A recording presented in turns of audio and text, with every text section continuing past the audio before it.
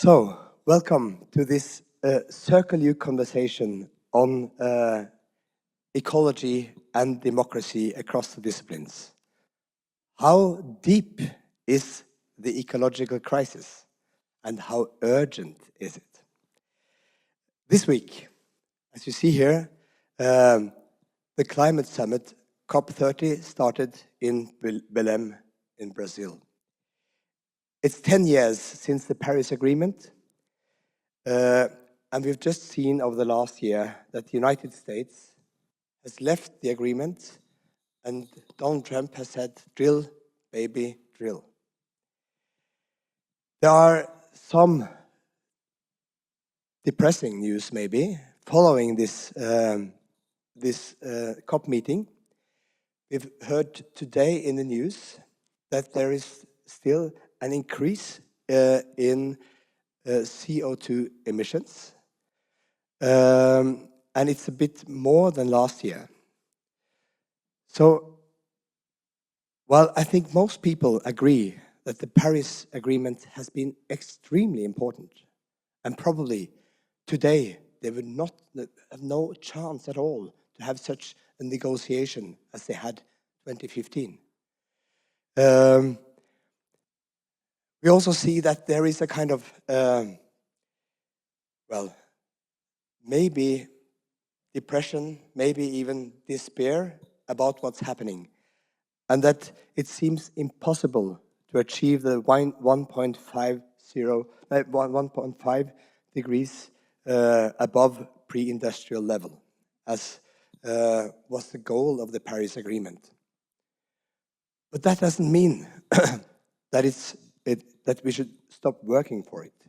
It means rather, I would say, it's more urgent than ever to find new alliances, new ways of cooperating to achieve these goals. I would like to just mention a few of the topics that are under debate right now at the COP meeting. One interesting question is about the legal perspectives of these crises. Because the International Court of Justice last summer said that there is a moral and legal responsibility for states to reduce their emissions, to adjust to the goals from the climate agreement. And it was also implied that states that did not go for such emission and adjust their policies accordingly, they will be accountable for what they are doing. What does that mean for Norway, with a huge oil fund based on, climate emissions? What does it mean for future policies in Europe and worldwide? Because the second topic is how to move away from fossil fuels, how to be able to have renewable fuels, renewable energy coming in instead of fossil fuels. And there we see a kind of division, because some countries have achieved more than expected in 2015. We might even be ahead of the schedule when it comes to solar and wind energy. But still, the emissions of coal and oil are growing. What does it mean? Does it mean that we just need more and more energy so that we can't really stop? Are we unable to achieve these goals that have been set? And some islands in the Pacific who are now rather desperate, they have argued that this recognition of climate change by the International Court, that it should be acknowledged by the United Nations, and that future COP meetings should take that as a kind of point of departure from 2025. We'll see what happens. I think this situation seems to me at least critical in some sense. And then we have tried to see this in the perspective of deep ecology this week. How does this kind of discussions and negotiations reflect the philosophy of Arne Næss about deep ecology? He argues that everything about reducing emissions and so on, it's shallow ecology, he says. Deep ecology, what's that? I think for Næss, it was a totally different perspective on, well, on the world, on the humans, on human reality. So if we were unable to adjust to a world where nature has inherent value, we would never be able to do the necessary changes. That was his argument and his thought. And measured on that, I think many of the discussions are on this somehow shallow level. So the question, is it an either or? I think it wasn't for Næss and it shouldn't be for us. I think in order to adjust to a different world, a different new situation, I think that's somehow questions we have discussed and discovered in this group of students and scholars from across Europe and across the world this week is it's probably necessary to do both. Both discuss the deep questions, both adapt to a different worldview maybe, and work on a political and concrete level about climate emissions. Now, that was my introduction to the topic. So we will have 5 more presentations.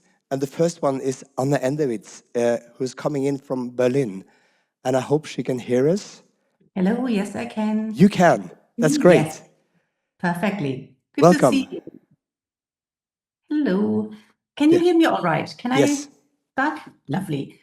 So thank you very much for inviting me, Marius. And yes, it is a bit depressing. And I have to say that I'm not enchanted with the slowness or the absence of progress in the field that we all care about. But as a literary scholar, I do think that we need to sort of step back from time to time and indeed look at the deeper questions.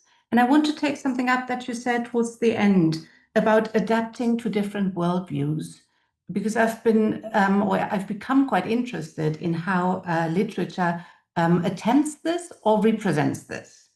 And if you don't mind, I want to just, because I know that not very many in the room will be literary students, if I'm not mistaken. So let me start out by saying that literature can be many things, but it can also be a kind of thought experiment or Gedankenexperiment, as we say in German. So what it can do is it can help us to reconsider, reconceptualize, or reframe our relations to nature and to other and non-human species, especially at a moment of mass extinction. And that's something that I want to take a sort of brief look at. Maybe you know that you mentioned deep ecology, Marius, and I don't know much about deep ecology, but it does sound a bit like what I've been reading lately, Donna Haraway, Staying with the Troubles, which looks at how we can sort of flatten the relations between the human and what she calls companion species, and not think about the human as the apex of creation and then everyone else is below that, but really level relations and understand the human as part of a network of relations.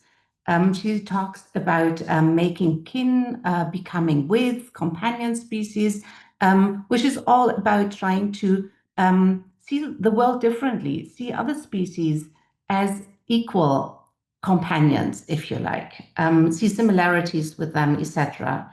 She has the image of string figures. I don't think anyone plays that anymore, but it's about strings being attached to the hands, and you can play it with someone else or alone, and you can form different figures with the strings. And I think what this image does, it gives you an idea of the changing nature of connections, of multi-species connections. She has a painting where a string figure extends between a human hand, a paw, a hoof, trying to show how all the creatures or critters on this earth interact and are in relation with each other. And I know I have my eye on the time. Marius, interrupt me if I'm talking too long, but I briefly want to show you another book, if I may. Yes. So, The Mountain in the Sea. This is a book I've been reading where a marine biologist is on an island somewhere in the sea, and they discover a culture of octopodes, which is the plural for octopus. So these octopodes have symbols, they have culture, and on that island we also have a cyborg, an evolved artificial intelligence. And what happens is that they engage in string figuring, I think.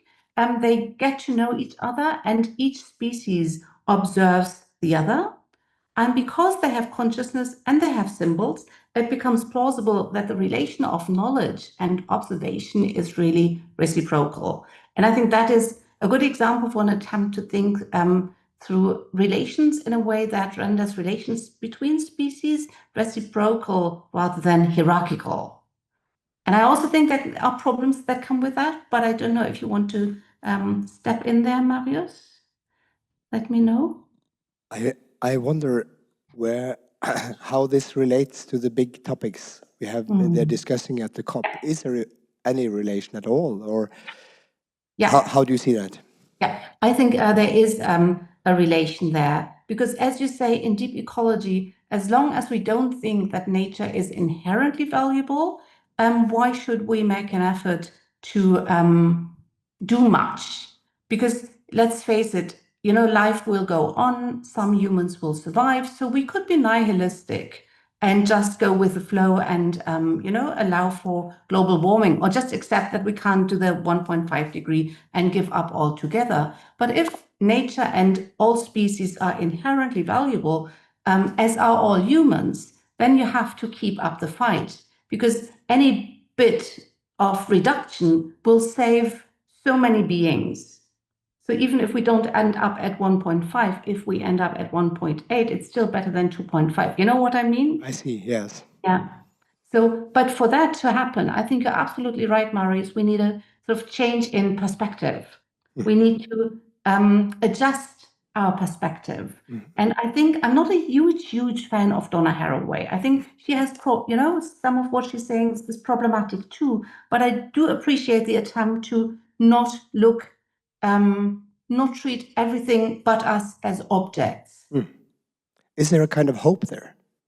There is a kind of hope. Yes, it's not the kind of hope we're looking for, I think. I think it's the kind of hope that comes with accepting that we are in a big mess and there is no utopian hope. So we're not going to save the 1.5%, very likely.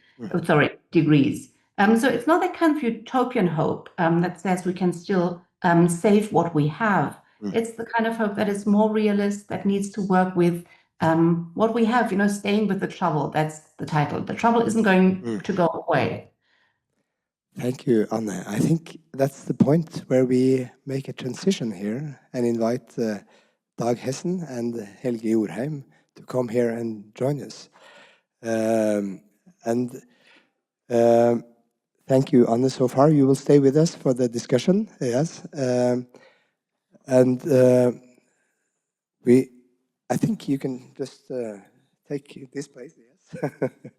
And I'll ask the two of you who somehow represent important sides of the university when it comes to climate science and sustainability about these questions of, well, you're well known for this question of tipping points, Dag. So maybe you can say a few words. How deep is the crisis and how urgent is it? Ja, First, well, actually, since I've already been talking about tipping point to you, and there apparently are not that much interest yet in the COP meetings, I thought to take a slightly different point of departure, linking this to deep ecology and the whole meaning, because I've been interested in the Norwegian philosopher Zapffe, Peter Wessel Zapffe, and he was a great inspirer for Arne Næss, who, as you probably all know, was one of the key founders of the deep ecology. And but the point here is that Zapffe, already back in the 1930s and 40s and 50s, where the idea of continued economic growth was still prevalent, which it still is, in fact. And he asked, what's actually the purpose of life? His answer was, there is no purpose of life, but he also asked to take a step back and ask, what's the meaning of Norway? Is it continued economic growth? Is there other ways of thinking about this? And this also inspired Arne Næss and other colleagues when they formed this deep ecology to raise this slogan of a rich life with simple means or simple ends or whatever. So the richness of life did not depend on continued economic growth. And I think that's an important, yeah, we need different goals and perspective. That's quite obvious. And this brings me to a second point that 3 weeks ago I attended a quite large conference here in Oslo hosted by the Norwegian State Pension Fund and the Norwegian Bank. This is known as the Norwegian Oil Fund. It's the largest sovereign fund in the world, now exceeding 20,000 billion kroner. It's hard to imagine, earned on oil, of course. And the point there was that and they had invited the people like Christina Lagarde, Al Gore, some top economist from Stanford. And of course, even economists was really concerned with climate change. And the reason for this is that it also, of course, involves massive economic risks. So if you have tipping points in economy, you will be, now in ecology, you will be quite sure that this is followed by tipping point in economy and all that sort. And in many ways, it was very, I think it's really good that the Norwegian Bank and the State Pension Fund arranges things like that, and they really take the climate risk seriously. But a kind of irony in this is that their main concern is that GDP would decrease. The growth in GDP in Western countries could decrease as part of this. So again, their main concern was that continued economic and material growth, even in this part of the world, could be reduced due to climate change. So I think that's important to keep in mind, that still we have this idea of continued economic growth. And of course, that's where the challenges to climate and nature collides, because to have this green transition, as I was talking about in my lecture, of course, it takes a heavy toll on nature. And again, this is based on an assumption of continued economic growth, even in a country, a rich country like Norway. So I think that's where we need to take a step back. And if we continue along this trajectory, then there is really a crisis. And we are, of course, way overshooting the carrying capacity. We need, now, if everybody lived like in Norway, we wouldn't need 2.5 planets, which we obviously don't have. So the question now, I think, is whether we can foresee a controlled decrease down to carrying capacity or a sustainable level, or whether we could await a kind of collapse or crash, which would not be the end of the world, but clearly more dramatic. So that is, to me, the big question. How can we really take a step back and orient ourselves toward something like a good life with simple means? And there are two more things I want to say that also links to this, and which also Helge has been talking about, and that's the time perspective in this. That's the problem with economy, and that was also discussed during this meeting, that, well, when you do investment, even as a state pension fund, you want fast returns. And the problem is that these fast returns is often not those that benefits the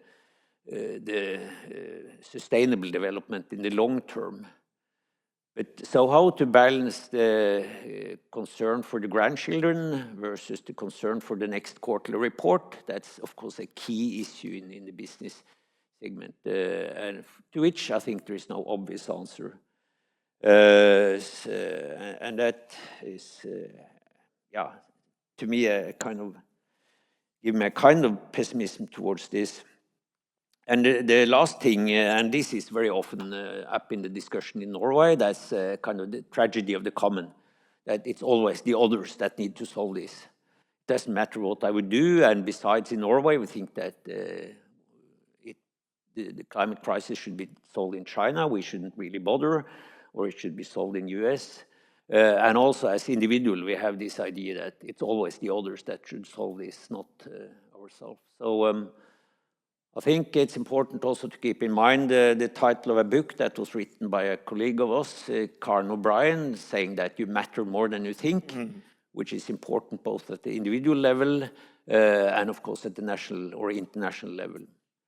So again, short-termism, the continued economic growth, and the tragedy of the commons in this context, that is, I think, the main obstacles today. But yeah, to the question whether I'm pessimist or optimist, I'm both, but I'm a pessimist to the extent that we are already too far that this can end really good. And yesterday, IEA, or however it's pronounced, the International Agency for Environment, presented updated trajectories for the temperature change, which now seem to hit towards 2.9 degree year 2100. So there is definitely not time for naive optimism, at least. Okay, so much for that's where you end. Yeah, With this, yeah. okay, thank you for that. I think we need certain kind of pessimism. Yeah. No, you're right, of course. I thought I'd start with. I'm sort of I feel like I'm quite a shallow person. I think I'm skeptical to deep thoughts. And I'm skeptical to deep time, and I'm skeptical to deep ecology. And I've been thinking about that. And I think it's because I feel it's the mystification of something. I don't feel there's everything you said. There's nothing deep about any of this. It's obvious. It's blatant. It's critical. It's dramatic. It's in your face. We don't need. This isn't deep.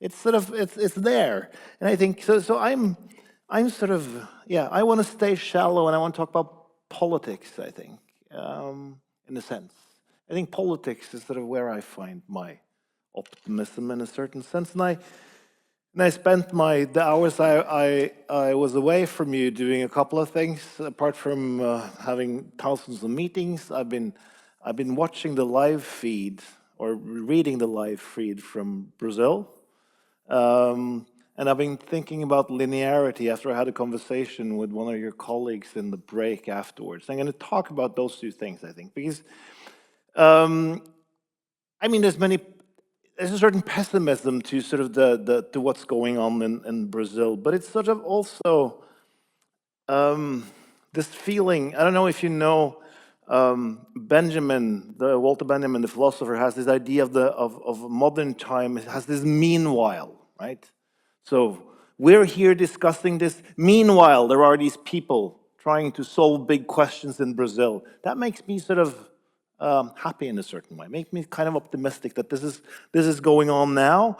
And this is this idea of Benedict Anderson's of the imaginary community. If we can feel that there's an imaginary community that is gathering and that's sort of represented by the people gathering in Brazil, but that we're all part of, I think that's a kind of collectivity and a collective idea of time that we need to think about, and that makes me slightly optimistic in certain ways. And I'm optimistic by the mundane character. There are all these people meeting and discussing sort of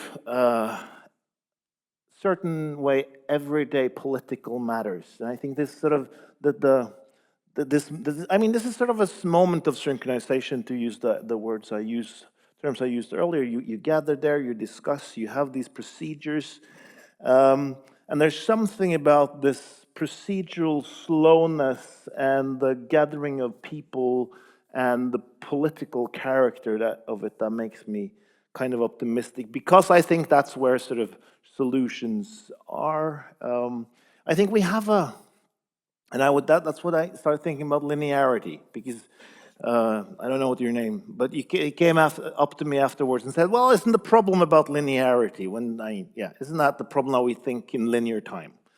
And that crisis or tipping points are basically non-linear, right? Suddenly something happens, and then we're at the tipping point, and everything starts to spiral in a certain way.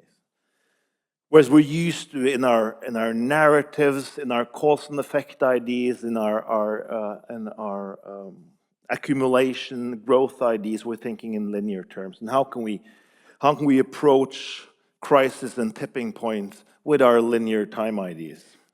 And I've been thinking about that since we were discussing it in the break, and I think my point is exactly that we don't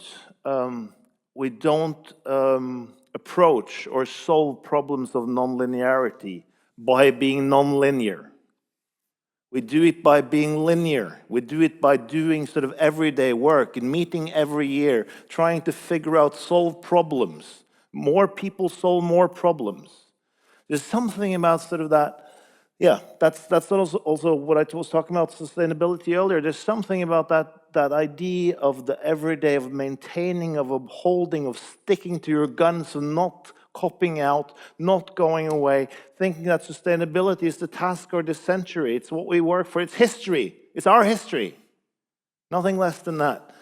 And I think that's sort of how I think about this. That there are, and this is also the way democracies work, right? That's the great thing about democracies. They might be slow. They might be boring. They might be mundane. They do small things, small procedural things. But that's also the genius of it, because you can go on.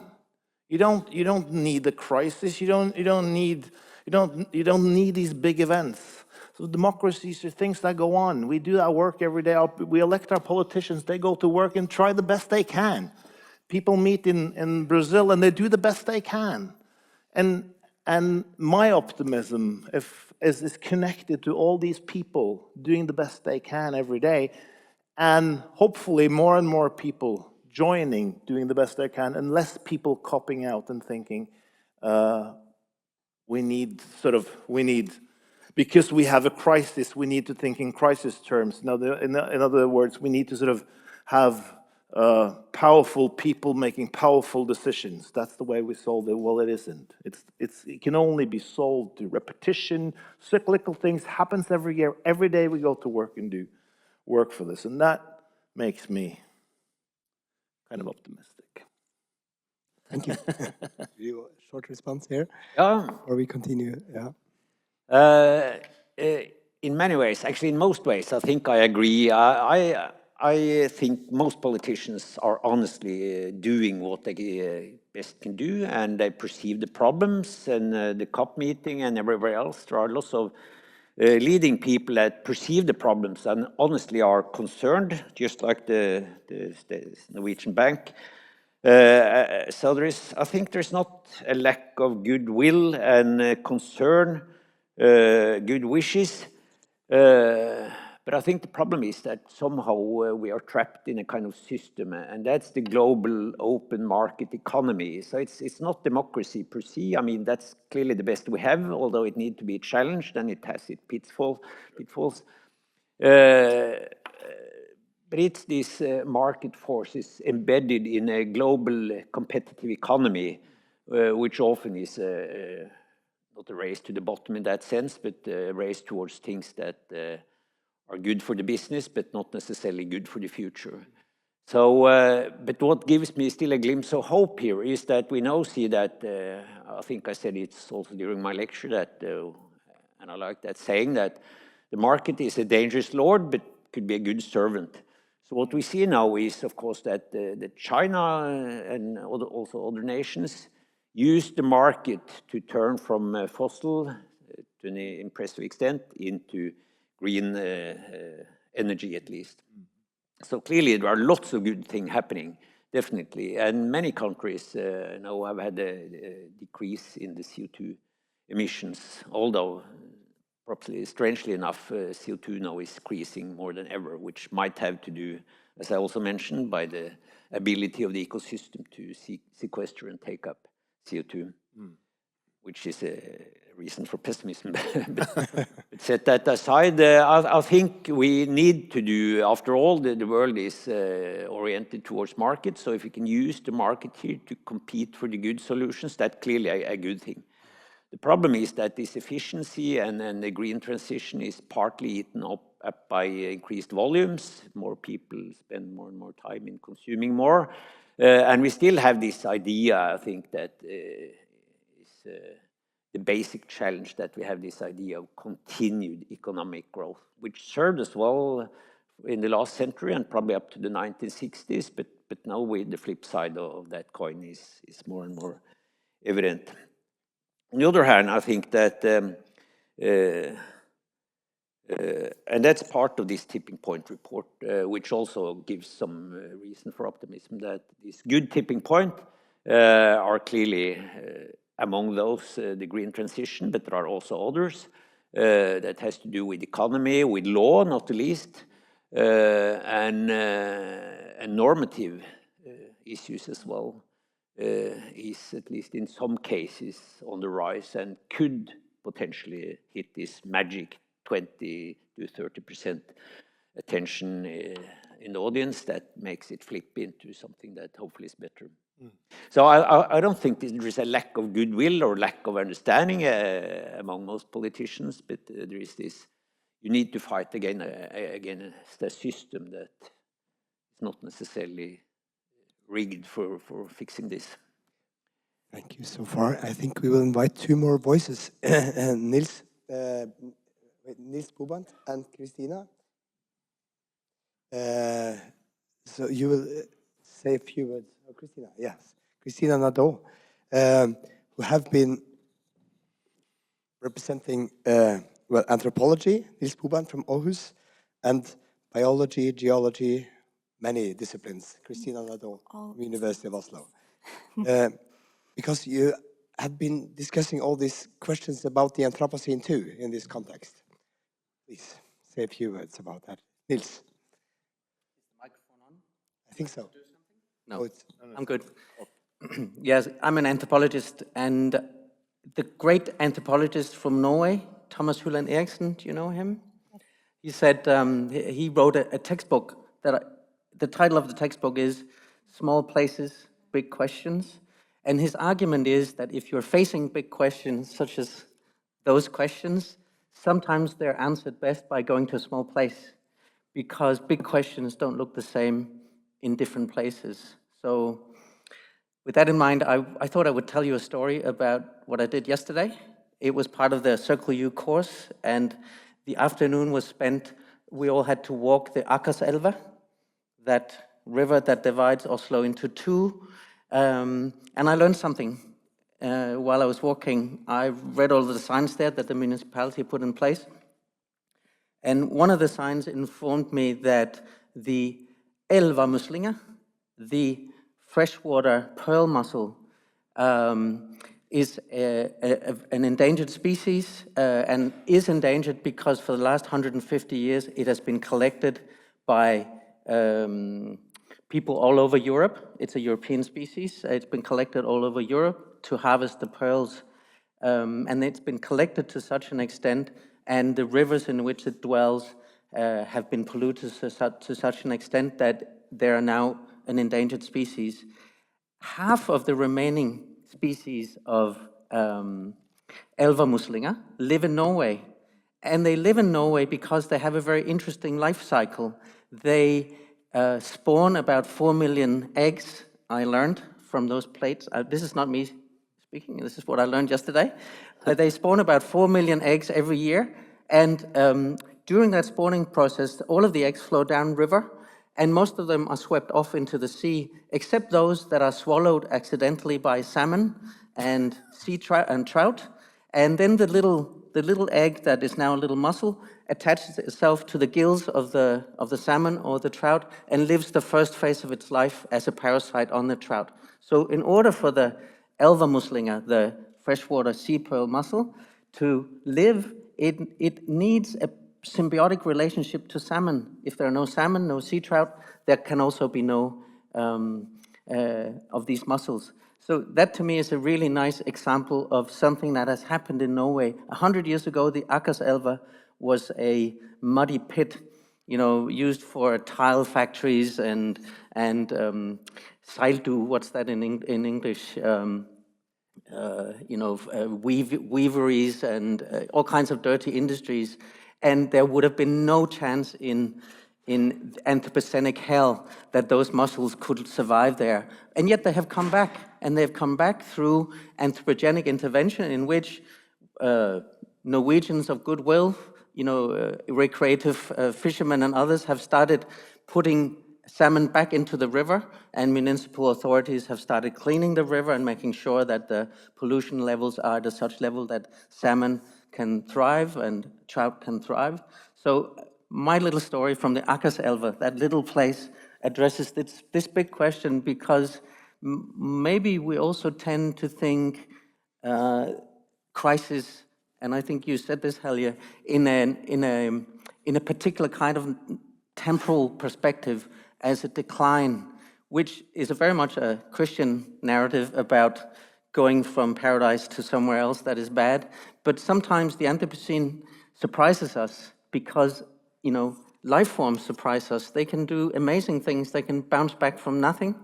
So if I wanted to, you know, answer that question, I would answer that, you know, it depends who you ask. How deep is the crisis? You know, for the people who live on the Marshall Islands or Tuvalu, it's pretty deep. The climate change and sea level rises are such that they will have no place to stay in the next, you know, 50 years. The same for coral reefs. We've learned during this presentation that in the next 50 years, coral reefs will likely cease to exist as functional ecosystems.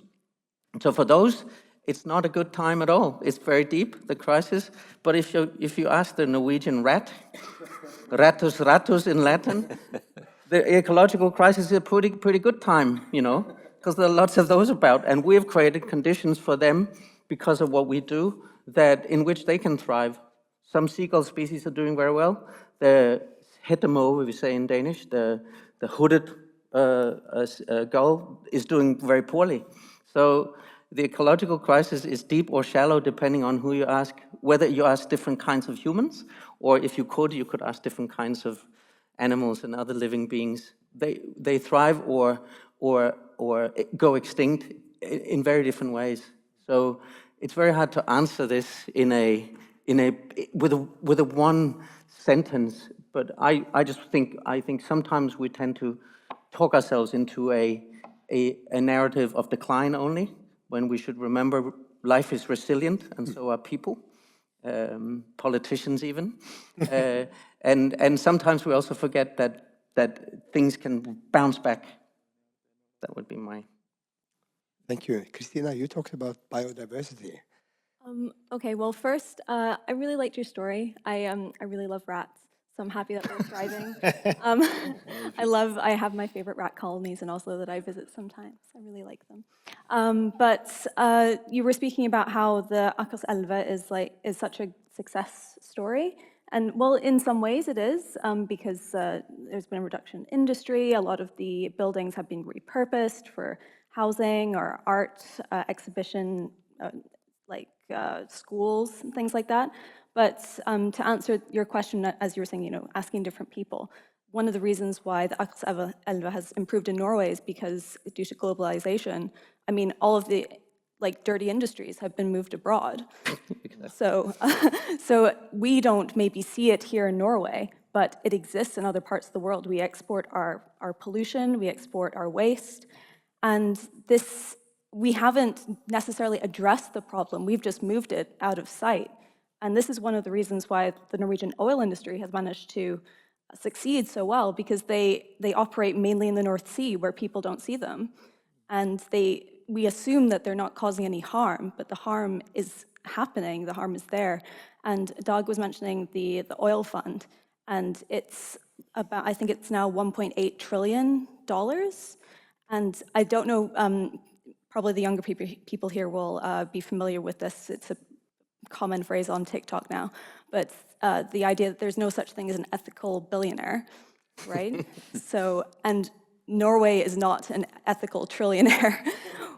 Norway has very much not been on the right side of history when it comes to climate change, but we have this strange, like, facade that we care about nature and we care about the climate, but we keep choosing to harm, and we don't want to let go of this industry.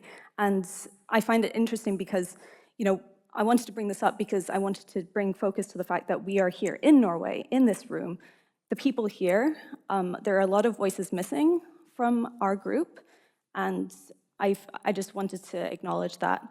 And also the fact that, yes, Norway is, it's a bit of a problem child, really. But and I grew up in Norway's oil capital of Stavanger, so I know, I hear a lot of these, I hear a lot of the narratives that people say to try and justify what they're doing and justify why they keep working in the industry.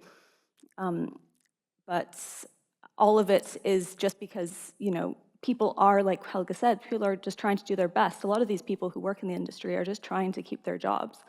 But I also wanted to address something that you said, Helge, about the fact that people are doing their best. And I really do think there are tons of people that are doing their best. I'm sorry, I'm going to be the pessimist in this conversation here. But we haven't mentioned that at COP30 right now, there are more than like 5,000 fossil fuel lobbyists who are mingling with all of the climate leaders and speaking to them and just continuing business as usual. And just imagine how many more important people, Indigenous representation or Global South representation, could be there instead of them, but they have a ticket to even the top climate negotiations. And I find that extremely ridiculous. And no, I'm not saying that maybe I should be there instead, but I mean, I don't think I should be. But these lobbyists, they're representing almost 900 like fossil fuel companies. I'm sure Equinor has someone there right now trying to say that yes, Norway's oil is green, and we are just trying to help in the transition by not transitioning at all, but we will keep producing this green oil. So I don't want to end on a sad note, but you wanted me to speak about biodiversity loss, so let's pick it up and talk about biodiversity loss instead. And you were saying that I'm a biologist. I'm not a biologist. Dag knows he's my supervisor, and he knows I'm not a biologist. I'm perhaps a geologist, maybe a little bit a social scientist, maybe a little bit political science, climate science, and things like that. But I can speak a little bit on biodiversity because I wanted to just mention the Anthropocene, bring up the Anthropocene again, because it was rejected as a geological epoch last year in March, I think. And I think a lot of people find this extremely ridiculous, mainly due to the fact that we are seeing a sixth mass extinction. And often geological time is punctuated by mass extinctions. And it just seems so strange that the geologists wouldn't accept this. But geologists famously take a lot of time to decide something. Their subjects are rocks. They don't go very far, so they don't have to work very quickly. It took geologists years to even agree that there had been ice ages, that there had been that plate tectonics had influenced the geological landscape, and even the idea of mass extinctions is not an old term. It's quite relatively new in the last 100 years or so. But I wanted to just bring up the fact that the reason geologists didn't accept the Anthropocene is not because they don't think that what we're doing to the planet isn't harmful. It's just these people are so used to working on timescales of millions of years. I mean, you can't put that. That's what it says in the geological timeline, right? So to say that we have a new epoch based on 70 years of evidence, because they were trying to argue that the Anthropocene would start in 1950, to base an entire epoch on 70 years in the geological timescale is just unthinkable to a lot of geologists. And I just wanted to bring that up because I think a lot of people who supported the Anthropocene are worried that this means that geologists are perpetuating this idea that humans are not having a huge impact on the planet and that we are just, we're just at the mercy of geological forces, but we are a geological force. We are causing, we are warming the planet at a rate that's unheard of. I mentioned the fact that usually if the temperature per millions of years changes about 10 degrees per million years, then that's often in some research indicates that there would be there would be a mass extinction event, and we're warming the planet at 17,000 degrees per millions of years.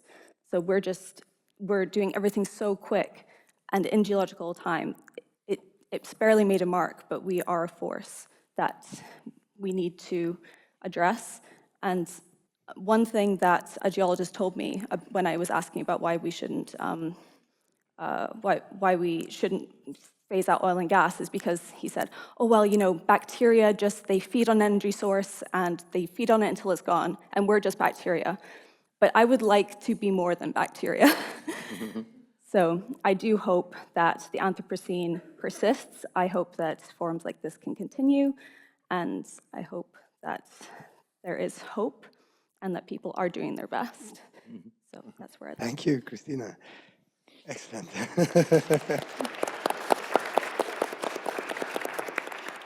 We have invited also two of the students who have attended the whole week. And I think you might have questions. Just say your names first. Hi, my name is Ansha Hananazir, and I'm from University of Vienna. I'm studying cultural differences and transnational process from Institute of Social and Cultural Anthropology. Yeah, Mathis, and yeah, I mean, I'm from the University of the Humboldt University. Yes. Do you have some questions to these people or some arguments?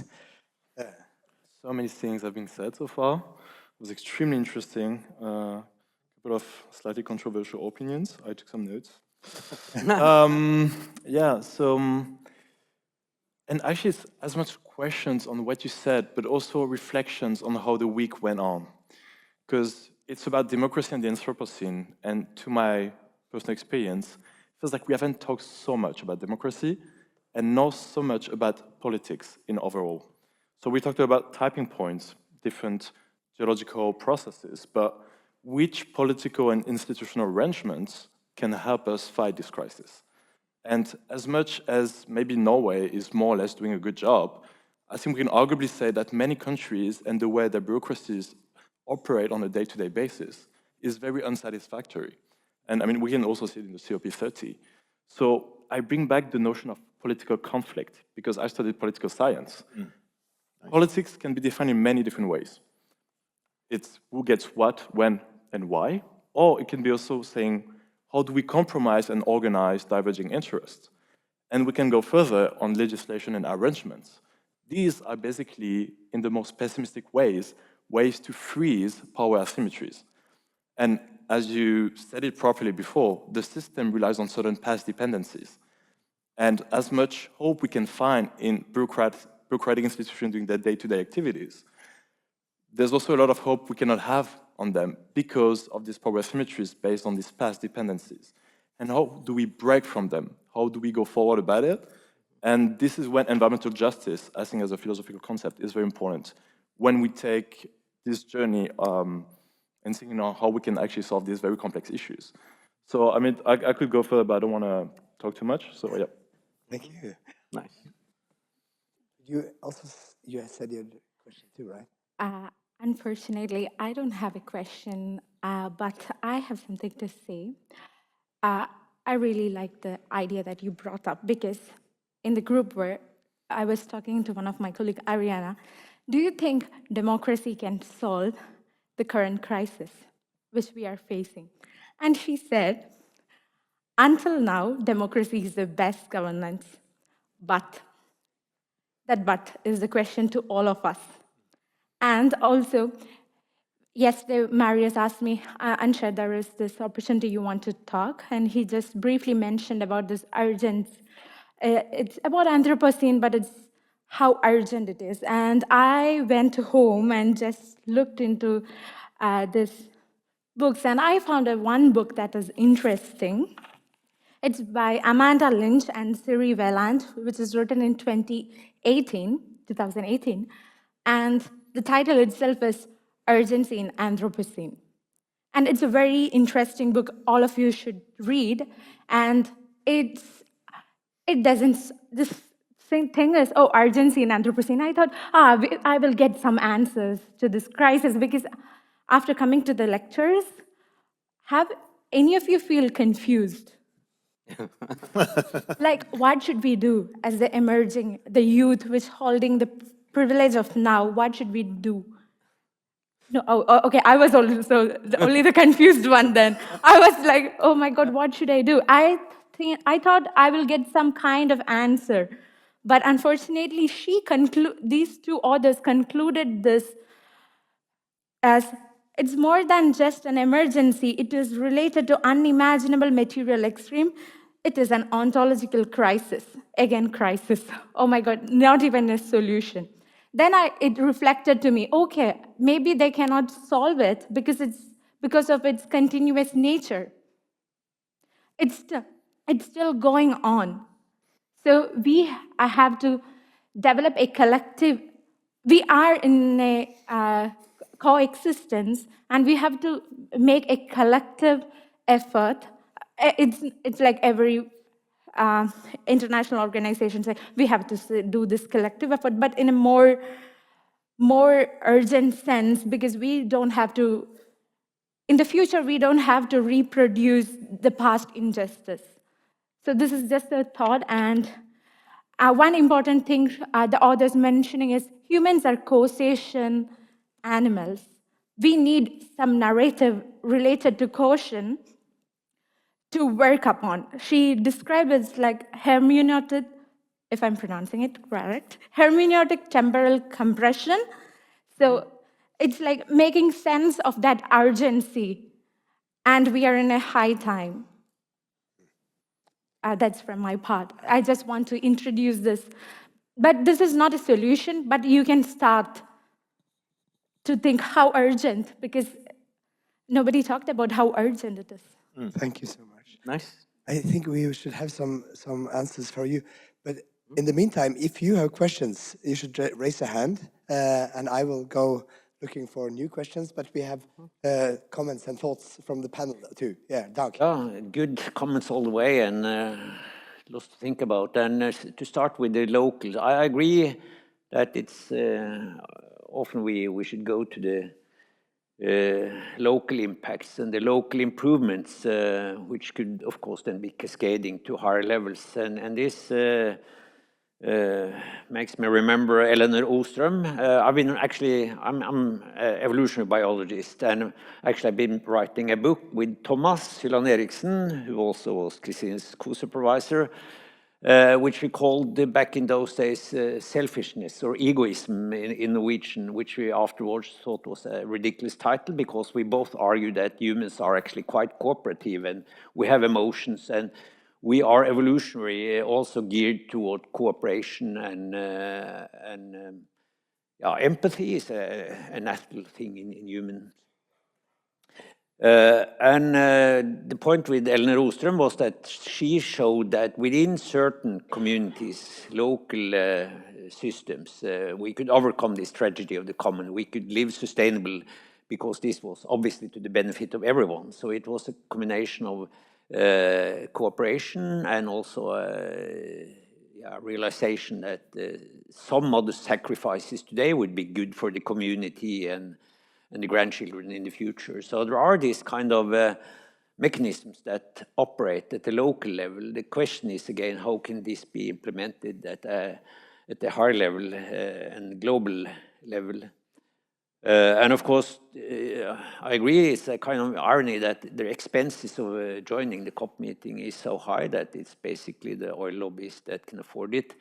And what we see also is that whenever even the oil company like Equinor try to go a bit green, they are punished by the stock market because they want fast revenues. So if the oil companies, at least now Equinor has tried to do this, invest more in green long-term energy but with less returns, then they have been heavily punished by the stock market. And that's one of the reasons why they have gone back to the basic, which is oil, and continue to do their lobbying in places like that.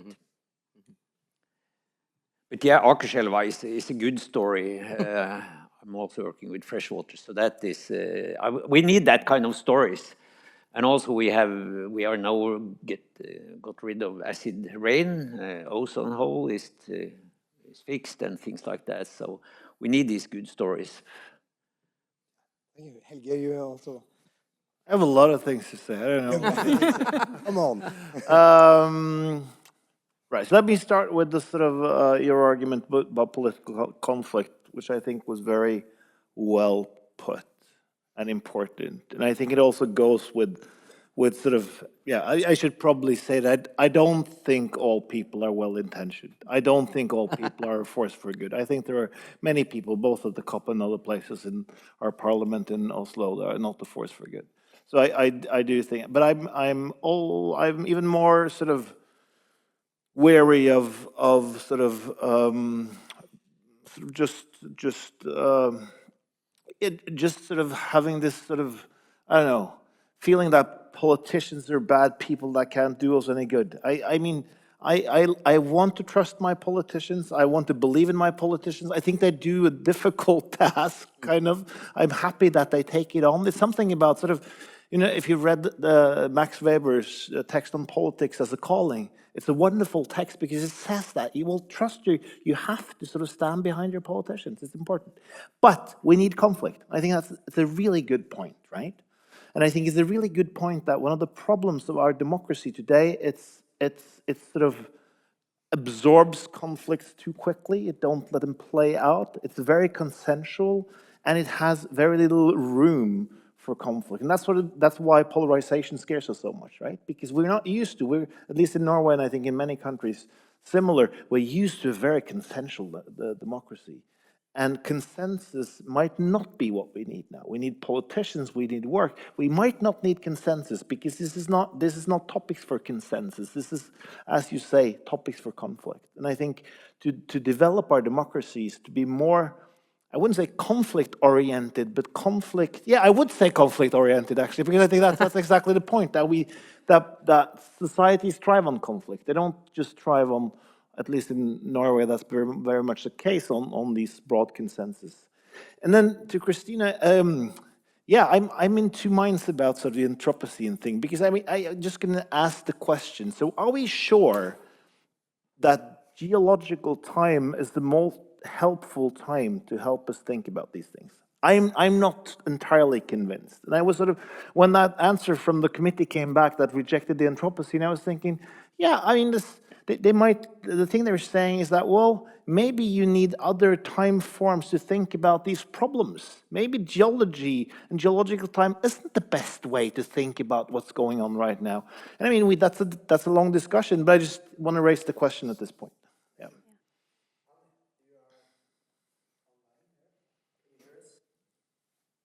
That's me. Thank you very much. Okay, yeah, very interesting. Thank you. That was really, really interesting. I do have two comments. One is about time, because you just, the students, sorry, I don't know your names yet, but you mentioned urgency. And Helge, you talked about linearity. And I was thinking that the part of the problem is that we are on two timelines. There is the timeline of CO2 emissions, which is, I think, heading towards catastrophe. And then there's the timeline of politics. And those two, at the moment, do not align. It doesn't look as if we're acting fast enough. And that's why I'm sort of a bit troubled by this linearity. As much as I appreciate local action, conflict, discussions, democracy, we are too slow. That's one thing I wanted to say. And the other thing is about the spatial metaphor of shallowness and depth. And I think there is sort of an aspect of the shallow that is all right, let's get the work done. But if you believe that market forces are ultimately more decisive, then what seems shallow is also a spectacle. It's for show. And that devaluates any action any individual can take. And I think that's what's sort of holding back a lot of people. It's a big obstacle to becoming active, that people have the sense they can't change anything anyway. And if the market is our best option for change, as in China, going for green technologies, then it does seem we have a problem, because the market is also what got us into this mess. So my trust in them sorting it out is limited.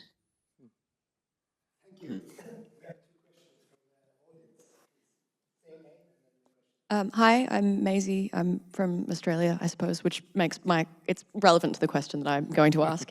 But something that we've been talking about a lot this week is trying to console different understandings across various academic fields. And from my experience in the bachelor's group, that's not really been a huge challenge. But partially, I think that is because we all have a similar vested interest in this content and this subject, which is why we're all in this room together. But I was wondering if, as professional academics in your respective fields, if not necessarily like academic field disconnect, but cultural disconnect makes it difficult to communicate your research. If that's the case, do you think that is potentially part of the reason why, to connect this to our friends in Brazil, we've not seen a lot of particularly strong policy or conclusion come out of a lot of discussions, whether or not they're between academics such as yourself or in a political sense? Yeah. I'd just like to, tell a little story as the least professional academic here, because I'm currently still looking for academic work post-PhD. But I do find that, as my very limited experience has told me, is that essentially, as academics, we are supposed to be quite neutral, and I found that very difficult. Dag has sat with me in many rooms where he's trying to explain or talk me down from a big discussion that I'm trying to have, or big statements. But I wrote a paper and I sent it into review. And in academia, you need to send your work to be peer reviewed by other academics. And my paper was about the fact that Norway is a different case, and when it comes to phasing out oil and gas, it's not a phase out completely or keep going thing, it's a more like produce or look for more thing. So I wrote, according to climate science, we should be really favoring phase out of oil and gas, and that was a part of my paper. And one of the comments from all of the reviewers were, we shouldn't be quite so adamant or support oil and gas phase out, and as academics. And I found that very difficult to metabolize because that is everything that I think is the foundation to any research I do, is the fact that we should be trying to push for phase out of oil and gas, which is the direct reason that we have such high emissions. But yes, I think in a way that was interesting because it didn't come from outside. You were saying, is there kind of a difficulty between academics and outside academia? It's within academia as well. And I just thought that might shed a little bit of light on the question. But yes, maybe Dag can help explain why we need to be more neutral. But yeah. Mm-hmm. Yeah, well, sometimes I think we need to, maybe if I can just reply to that. Recently we had a large debate here at Blindern, at the campus, about scientists being activists. And it was quite an agreement that sometimes scientists could also be activists, in the terms that not necessarily by throwing paint on pictures and things like that, but to really be outspoken and clear-voiced. So I think that is important after all. And I think the problem in recent times, and especially thanks now to the center that is established, we see that we have quite good collaboration and a common understanding across these different disciplines, humanities, the social sciences, the natural sciences, also the medical faculty is heavily involved in this, and the law, not the least. So we have common grounds and common interests, and I think a kind of common perception that sometimes we need to be outspoken and quite active. But what we really are lacking is this link to the outside world, to the business segment and the economy and that kind of sector. That's where the really cross-disciplinary field is lacking. Yeah, just a small. I just felt that Christina was being a bit modest just now, because if there's anyone who's negotiated these questions, it's her. You look at this is how interdisciplinarity looks like, kind of. She's. I mean, I don't know any others of the PhD who's been that much in the crossroads between disciplines as you have. Yeah. And you had the best of it and the worst of it, I think we can say. So I think, yeah. So you to me, you always represent sort of a new generation of researchers that are brought up into disciplinary at these sort of. So Dag has been talking into one of your ears, and Thomas Hylland has been talking into the other, and you've been trying to negotiate that. So it's really, yeah, it's been great to follow, and that you managed to sort of. To write a wonderful PhD based on in that sort of negotiating those fields, which is quite impressive to me. Thank you. I hope I don't represent. I hope I don't represent future academics. Thank you. We welcome another question, please. My name is Nina, and I wondered, you were talking about like the market and using the market as a way to solve this, and I think I have a little bit of a problem understanding how we should use like the market as like a capitalist thing to do this, because the capitalist view is that you should like have economic growth, and to have economic growth you need to exploit in some way, because we've seen that people around the world are being exploited for different things so we can have nice things. And unfortunately, capitalism ties very well together with democracy. So I was just thinking, can we even use democracy and capitalism to get out of this mess? Question. I think it was for you, Dag. I think I said that the market is a dangerous lord, but could be a good servant. But I also agree in that once you accept that the market forces is what is in the driving seat here, you are a bit of loss, because the market will always demand growth, right? And that's part of the competition system also in an open global economy. So the only thing, at least in short term, it's better than the market gears the system towards green growth than fossil growth. But again, the problem with this so-called green transition or green growth is that it has a huge appetite on nature, and it's also based on the assumption that there should be a continued economic growth, even in Western rich nations like Norway. So I agree, it's not the solution. It's a kind of short term. It's better than the competition if the competition goes in that direction, but it's not the solution, because still it's based on this assumption on continued growth, and for that reason we will start deep sea mining of rare minerals and things like that to gear up the growth.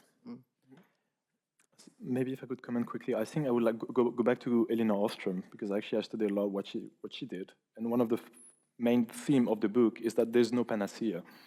There's a market, the state, or common governance, or I mean the community governments of the commons, and even the state can be extremely predatory in the way they use resources. We had democracy before capitalism. We had places where capitalism unfolds in very authoritarian states. So I think overall, it's very hard to navigate in this very complex world. And all of these ways of organizing our economic systems have benefits and disadvantages, basically. So the whole work to be done, in my opinion, is to try the best we can to analyze when one mode of organization is better than another. And that's what Elinor Ostrom did in that book. She really wrote guiding principles in when governing the commons as communities could work and when it couldn't. And there are many times, many instances when it can't.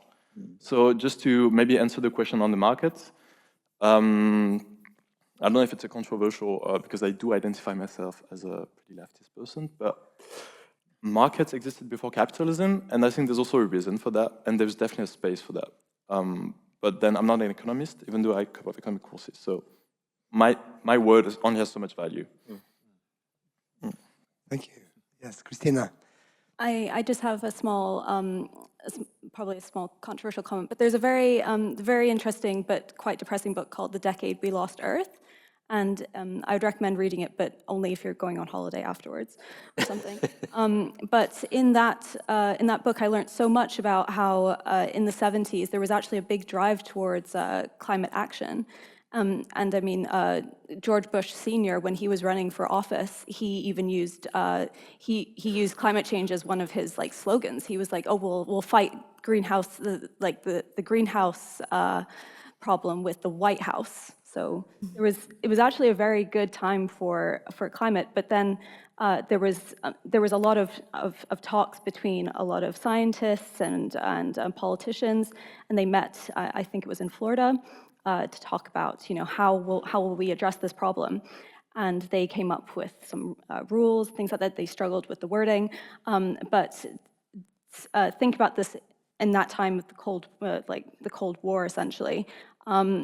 When it came to actually trying to put anything into action, there was a pushback because climate mitigation policies seemed too communist, and that set everything back so far.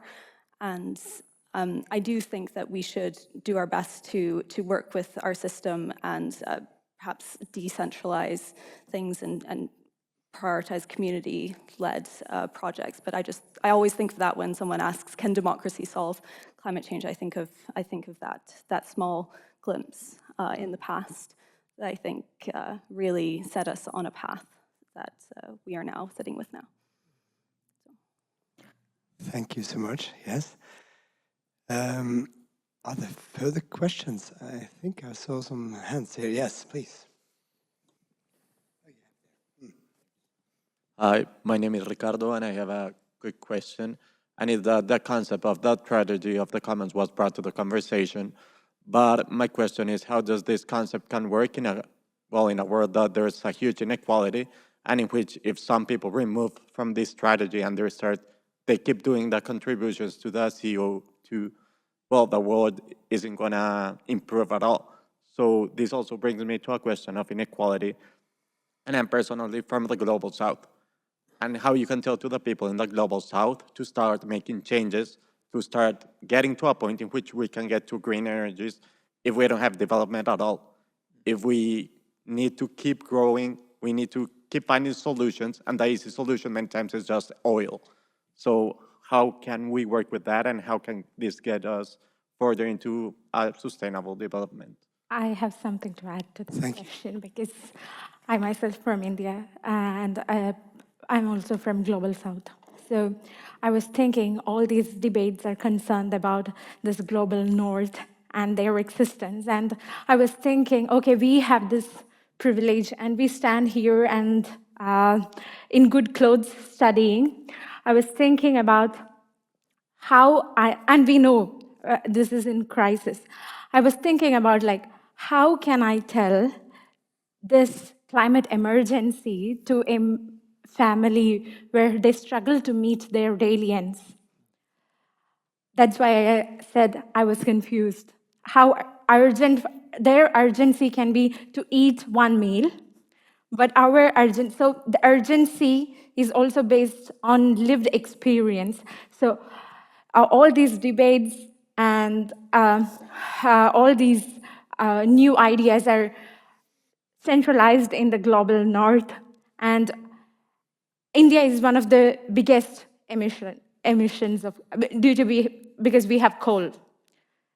We are in this green transition in newspapers, news reports, and this government reports made by the government, but actual case is no. I can say that myself. So I was also thinking how to how to manage this inequalities and this knowledge gap existing between this global south and global north. Yeah. Thank you. I think these discussions we often have, at least within Norway, is of course flavored by the fact that we are a democracy. We have a high level of trust, also towards the political systems, and of course we have this incredible well-being. So of course when we discuss this, Norway is often a part of the point of departure for the discussion. And that's also why we discuss degrowth as a potential way here. But clearly, as you say, there are this is different from different parts of the world. So I think there is no doubt that there are a large part of the world that need a certain economic growth and material growth and access to electricity and so forth. But India is a good case here, right? And that exactly what will be the main topic on the COP meeting. How could the wealthy countries allocate grants? Because there is certainly not a lack of will that prevents India from turning from coal to green energy. It's lack of money, so to speak. So I think that's the big point. There is a need for growth, but not the kind of growth that we have had. Yeah, Helge, you. Yeah, just a small response, I think. 2 weeks ago, I was in a similar panel just across the street with the ambassadors from Indonesia, Egypt, South Africa, and I don't remember one more country, that we're talking about the crisis and these different questions. And I mean, they saw great potential and possibilities in this situation, right? Because they have a huge growth in solar energy. I mean, the reason why we have, there's a certain shift toward renewable energy at this point is because of the growth of use of solar energy in the global south. So I mean, there are sort of important changes taking place exactly because the energy situation in the world is shifting, the alliances are shifting. It's a crisis in a certain way, but it's also an opportunity for some countries, and partly countries that haven't been part of the energy market before, that now enter by use of solar energy. Bought from China, obviously, so that is a certain problem. But I mean, there are all these different sort of geopolitical aspects that come into this that I think are, as you said, important to bring into the question. Thank you so much. I think we're actually heading towards the conclusion of this discussion. I wanted just shortly to pick up, you can say a few words at the end here, all of you. Anna, she mentioned this spatial metaphor of shallow or deep, that it's not about maybe a deep inner life, but maybe coming into where it's problematic, where out there in the societies or in the families where they don't have the food, right? So that might also be a kind of perspective on this, which is somehow changing our optics towards what's happening in Brazil. And one of the news today from COP was actually that they were not hearing a lot about tipping points. What they heard about sustainability was from Saudi Arabia. It was about economic sustainability. But they had heard some voices from indigenous groups that were present, and they were allowed to speak on their own behalf and behalf of people suffering across the world.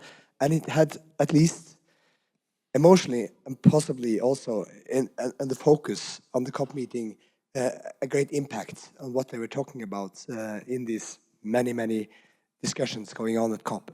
That made me a bit hopeful.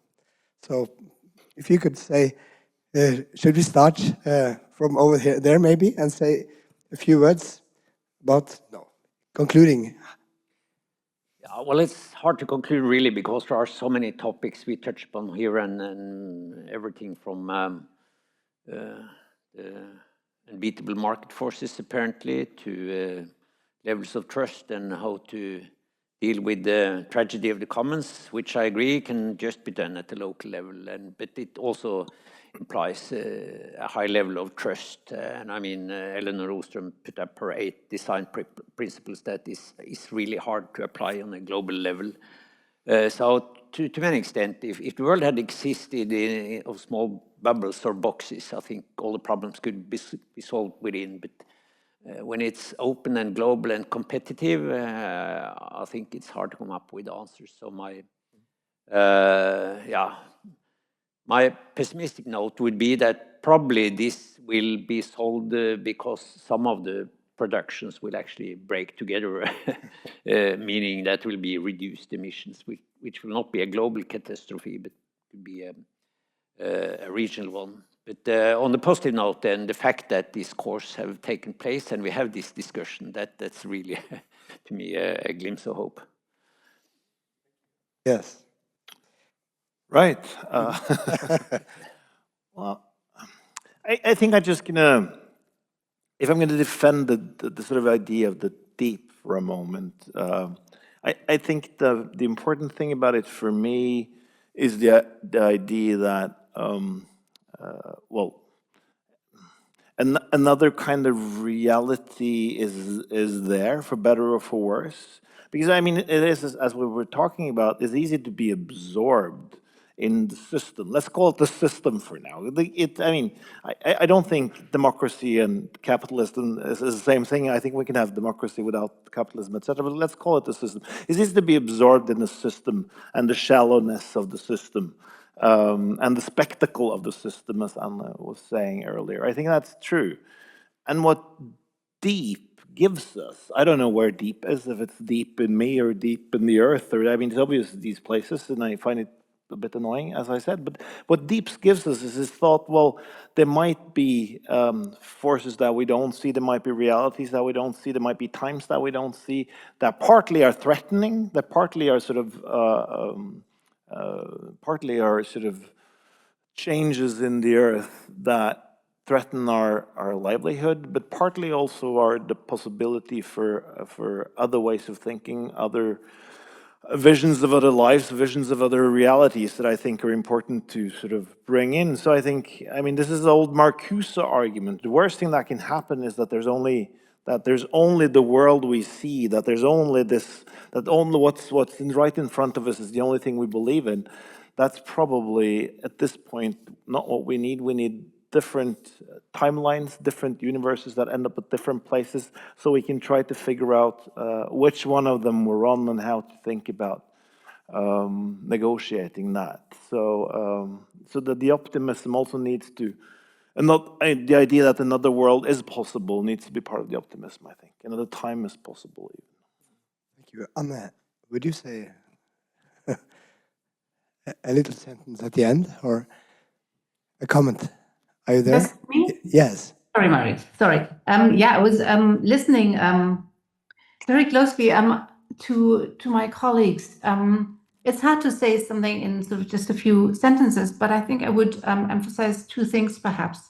One is that I think we need to pair critique with realism. And that's maybe another way of saying we need the deep and we need the shallow at the same time. And we can't afford to get lost in the deep and not to engage with current issues in a pragmatic way. But if we only engage with current issues in a pragmatic way, we're also missing out on some fundamental insights. I think we need to have it both ways, really, critique and realism.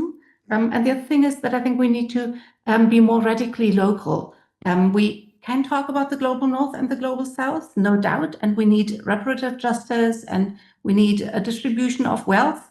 But I think if we look at what does a family in a specific region in India need to survive, to mitigate climate change, to become familiar with climate change, I think we need to be radically local and really look at the conditions that are there in place, because it's different everywhere. And we can't sort of make general statements about what anyone needs, be it here or in India, or that would be my answer, I think. Thank you. Thank you. And local. Thank you so much. Christina. I've been very depressing today. As a researcher, I often find myself like very conflicted, found in a place of feeling like I really want to do something, but then feeling powerless. And we've always kind of pointed to, oh, well, you know, the issue is like climate denialism or something like that, so people not believing, so we do more research, we try to communicate more, and we try to communicate better, and that doesn't work. And we even see now that climate denialism may not be the main foe now. It may be like fatalism. It's people saying, well, it's too late, we may as well just sit with it. What's the point? What's the point in trying? And I think that we very much need to feel, going back to this kind of idea of conflict, we really need to find power within ourselves. We have the tools. We exist in an extremely, extremely good time with amazing scientists, amazing people on this earth, and we have the tools to be able to address this problem.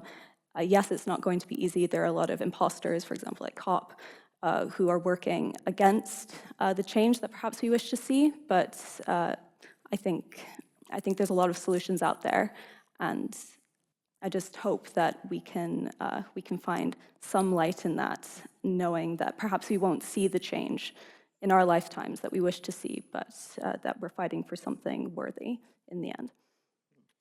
Thank you. Nils, what do you say? I wanted to thank you and Nina and also you for bringing up capitalism, because one version of fatalism where we think there's no point in doing this anymore is to ask the question, is democracy the right way of handling, you know, the ecological crisis? And that is a really dangerous question, because it fails to understand that capitalism as a mode of production and democracy as a mode of governance are exactly not the same. The problem is that we are all part of carbon democracies and have been since the Second World War, where we have accepted that our freedom and our welfare, you know, and our trust in our government is financed on the burning of carbon fossil fuels that mainly for a long time came from autocratic states in the Middle East. And we left them and kept them, they could do their own thing, and they were happy to suppress their own populations as long as they could export things to us. So democracy was for the longest time a carbon democracy, you know, financed by the burning of fossil fuels. That does not mean that there cannot be democracies without the burning of fossil fuels, or even more dangerously, democracies without capitalism. That is totally, as you pointed out, there are democracies that are there before capitalism. So I think it's worthwhile thinking about democracies, alternative forms of democracy that are not, you know, based on fossil fuel burning on the one hand, but also maybe, you know, there's a philosopher, an American philosopher, Frederick Jameson. He said, it's harder to imagine the end of capitalism than the end of the world. You know, often when we speak about ecological crisis, we tend to think, oh, it's the end of the world. No, it's not. But it could be the end of capitalism, and that's the dangerous idea, the untold, you know, the black box between ecological crisis and democracy. That is the title of our course here. There is something in the middle there, the mode of production that organizes the relationship between democracy and ecological crisis. And I think we need political scientists who are able to understand that some of the conundrums and some of the paths towards fatalism that we talk ourselves into when we're really depressed sometimes they don't see the solutions. And I think we do ourselves a disservice if we conflate democracy and the modes of production that, you know, that drive our own desires to have more all the time. That's not democracy, that's something else.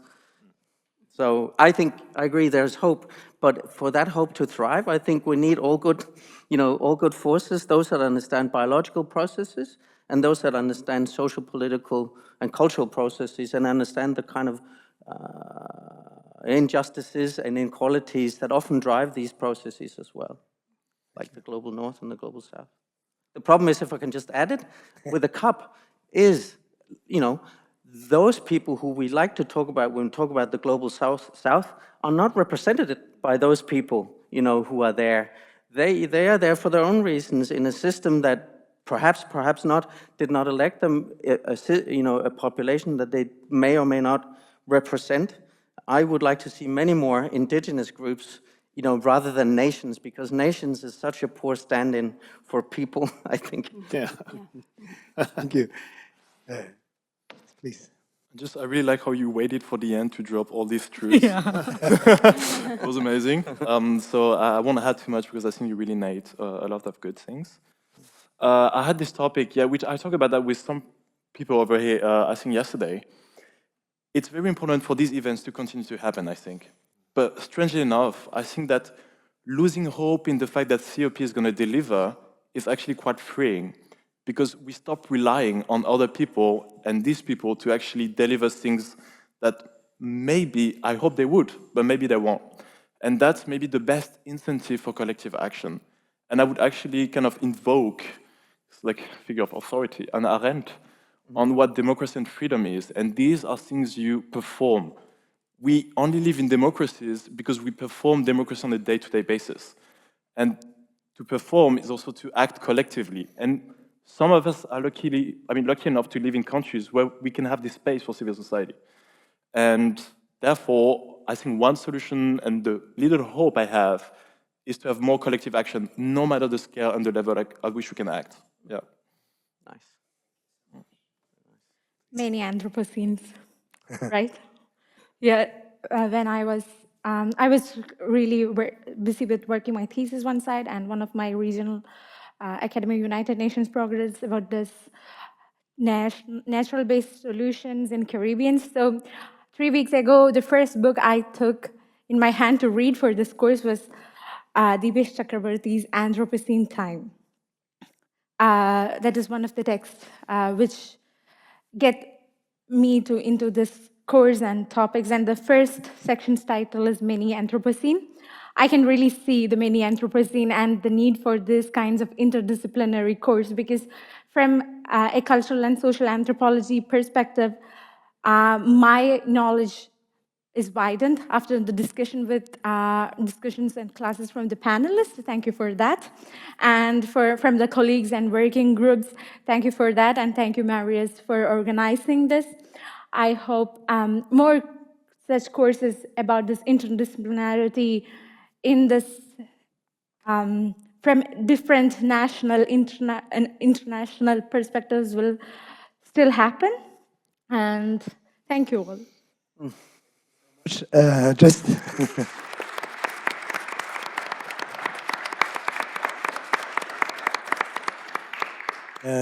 so thanks to all of you also. I just want to end with reminding you of, or reminding all of us of one of the sentences our colleague Thomas Hylland Eriksen often said at the end of the discussions. He said, well, in the 80s, was that the time when this chance died, or the ecology died? The 70s, was it? It was 70s, 80s. 70s, yeah. At the beginning of the 80s, Maggie Thatcher said, well, we have one doctrine. We have to change and globalize according to the market because there is no alternative. Tina doctrine, right? And Thomas insisted, that's wrong. That's completely wrong. We need the Tama doctrine. There are many alternatives, many alternatives. We should stick to those many alternatives and go different paths and different disciplinary ways to that. So thank you for tonight, and let's end on a hopeful note for the many future alternatives. Yeah. Nice. Well done, man.